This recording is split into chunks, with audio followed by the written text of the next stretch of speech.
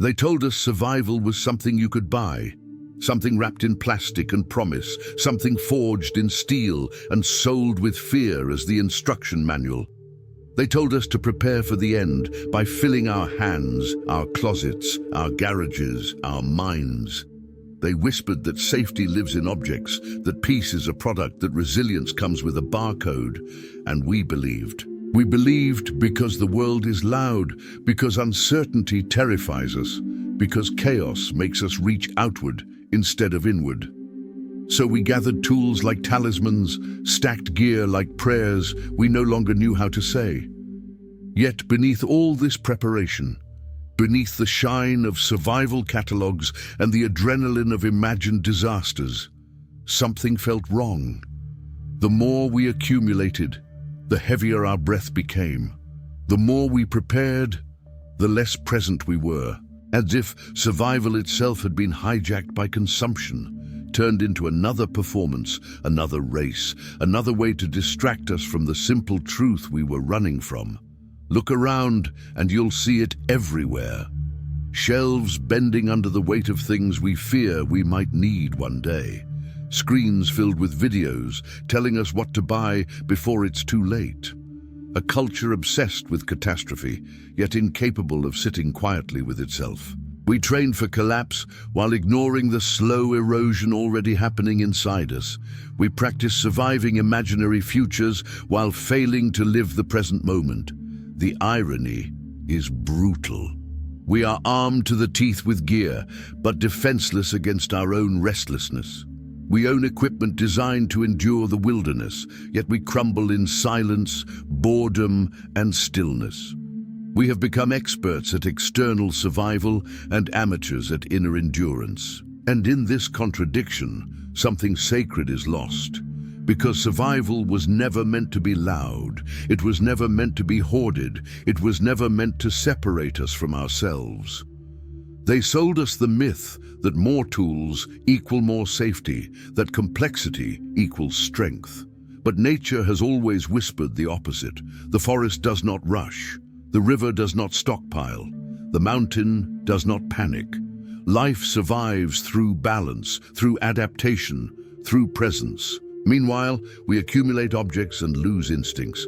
We buy solutions and forget wisdom. We memorize specs and forget silence. Anxiety grows, not because we lack protection, but because we've outsourced trust. Trust in ourselves. Trust in simplicity. Trust in the quiet intelligence that once guided human beings long before instruction manuals and product reviews. We are drowning in gear and starving for clarity, rich in possessions, poor in grounding, prepared for everything except the moment we are actually in. The survival industry mirrors the modern world perfectly. It thrives on fear, accelerates urgency, and feeds the belief that you are never enough without more. More equipment, more backups, more contingencies, more control. And control, they say, is safety. But control is fragile. The tighter you grip, the faster you exhaust yourself. The heavier your load, the slower your steps. In trying to prepare for every possible collapse, we collapse under the weight of preparation itself. The soul was not designed to carry warehouses.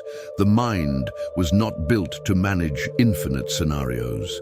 There is a quiet violence in this constant readiness, this inability to rest, this refusal to trust life even for a moment. Survival becomes a prison when it is built on fear instead of understanding. And here is the truth they never advertise. Survival is not about what you carry. It's about what you can let go of. It's not about the sharpness of your tools, but the sharpness of your awareness. When everything falls apart, the most valuable asset is not hidden in a backpack. It lives in your breath, in your ability to stay calm when noise erupts, in your capacity to observe instead of panic, in your willingness to adapt instead of resist. The human being survived ice ages, deserts, and darkness, not because of gadgets, but because of presence, cooperation, and intuition. We read the land, We listened to silence. We trusted rhythm. Somewhere along the way, we traded this ancient intelligence for instructions printed in bold letters, and we forgot how to feel our way through uncertainty. Minimalism is not the rejection of tools.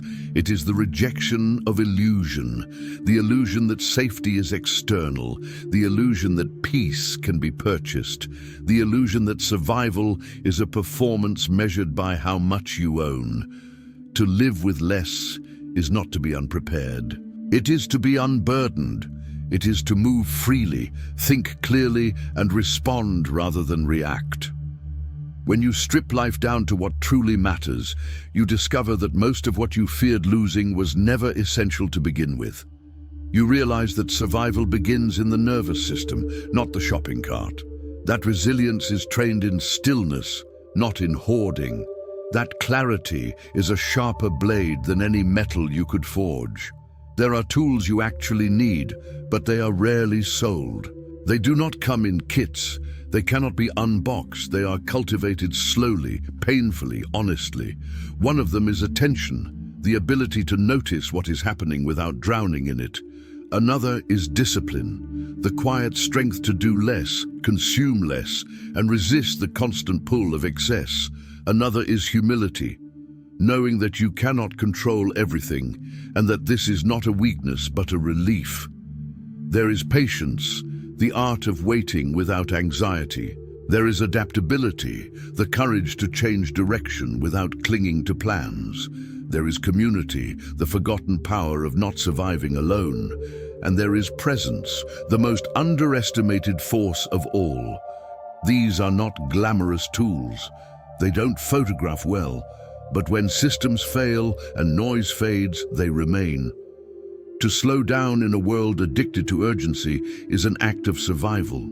To choose simplicity in a culture that worships excess is a form of quiet rebellion. To trust less in objects and more in awareness is to step out of the marketplace of fear. When you simplify, you hear yourself again. When you reduce, you remember what matters. When you stop accumulating, you start inhabiting your own life. This is the survival they never taught us. The survival of the soul, the survival of meaning, the survival of presence in an age designed to fragment attention and monetize anxiety. It is not dramatic, it is not loud, but it is real. The beauty of a simpler life is that it prepares you for everything without obsessing over anything. When your needs are few, your freedom expands.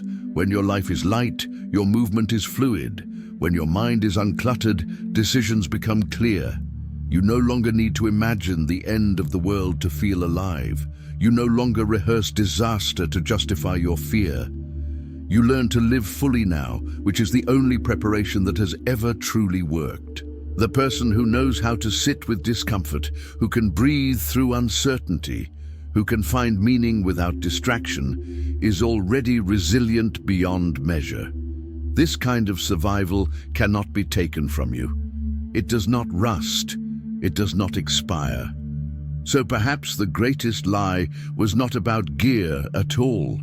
Perhaps the lie was that survival is something separate from living, that it begins only when things go wrong. The truth is simpler and more demanding. Survival is a daily practice of alignment, a commitment to clarity over clutter, a devotion to presence over panic, a willingness to trust less in what you own and more in who you are. When you live this way, the world can shake and you remain rooted. The noise can rise and you remain still. The systems can falter and you remain awake. This is not naive optimism, it is grounded wisdom. The revolution does not begin with buying less out of guilt, but with understanding more out of honesty. Understanding that peace is not postponed until safety is guaranteed. Understanding that control is an illusion, but awareness is real.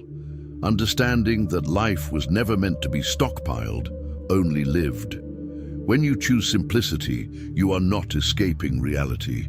You are meeting it fully. And in that meeting, something profound happens.